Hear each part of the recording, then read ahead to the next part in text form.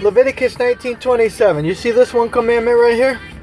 This commandment, do not trim your beard or around the corners of your head. Okay? This one commandment will change the world. Do you know about Sodom and Gomorrah? Sodom and Gomorrah was all about taking a lust out of your eye, like the Messiah said. He said you're better off to lose your eye than to lose your whole body, your soul. So one commandment, Leviticus 19:27, I don't think this is very attractive, but we're only supposed to fill the earth and multiply. That way mankind doesn't become extinct. Well, technology is going to wipe out the planet. So technology isn't a very smart thing after all if it's going to wipe mankind out. And basically, this one commandment will stop Sodom and Gomorrah. It will take the lust out of people's eyes, because Messiah said you clean the outside but you don't clean the inside. So when you clean the inside, you start to follow his commandments, and then you realize that his commandments are perfect. So in other words, if this isn't attractive, then there's no lust.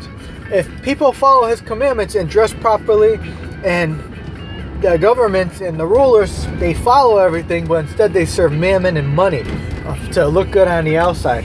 So when the world starts to follow this one commandment and follow all the commandments that are written in the scriptures, I mean, look at the Messiah. He was free of sin, but yet he didn't follow every commandment. Did he have a garden? No, he didn't have a garden. There's a lot of commandments in there. Did he have an ox? Did he have a cow? Did he have sheep? Did he have goats? He had sheep, if you want to look at it in symbolics.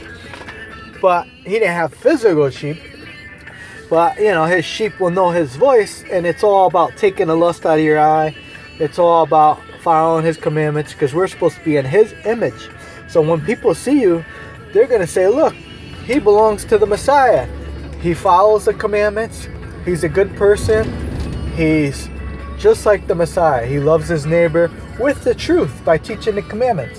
The Messiah says, if you don't know the commandments better than the church's religion, then you will never see the kingdom of heaven. So you have to know the commandments better than what they know. Matthew 5:15-25 talks to you about that. People say that he came to do away with the law and the commandments. No, he didn't. If anything, he made them stricter. He said, take the lust out of your eye. Because if you look and with your eye, you have committed adultery. So in the Old Testament, it didn't even say that. So if you keep reading from Matthew 15-25 and keep going on, you'll see that all the commandments that he's talking about is just a repeat of the Old Testament. If not, it's even more strict. And the Messiah said, and then in Romans, what was it? Romans 5:26 or 10:26. If you keep sinning against the blood of the Lamb, it's going to be a lot worse. Because back then, with 2 or 3 witnesses, you were killed right on the spot. But now it's going to be worse. Why? Because the world doesn't follow the commandments. It's going to be like Sodom and Gomorrah, basically. Like Abraham when he had to get Lot out of there. It's going to be nuclear war. The Messiah said, people are going to wish they were dead. Their eyeball sockets are literally going to pop right out of their eyes. They're going to melt. They're going to wish they were dead. They're going to have so much pain from nuclear war. They're going to suffer. They're going to burn. That's like being in the fire. But worse. Like Daniel in the lion's den. Or Daniel and them when they were in the boiler room. You know, kind of like that. But who's going to be saved? Yahweh promises he's going to save his very elect. He's going to save them. And many will be called and few will be chosen. And not too many people understand what that means. Why? Because if you love me, keep my commandments. Even though we're in the world, we're not of this world. That's what the Messiah said. We want to be in his image. Store your treasures up there. We're in heaven. Not to serve mammon. The Messiah said, sell what you have and give to the poor. Give to the needy. Well, who's poor in spirit? A lot of people are poor in spirit. Why? Because they don't know the truth. They are like lost sheep without a shepherd.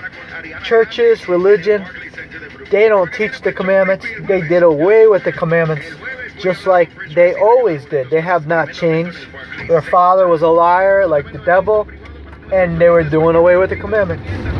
And basically, you know, it's sad, but it's true. It's kind of That's what happens when the ruler, the serpent of the world, ruler of the world, has money. What do you think he's going to do? He's going to deceive a lot of people. Kind of like the book of Eli. Denzel Washington, he had that last book.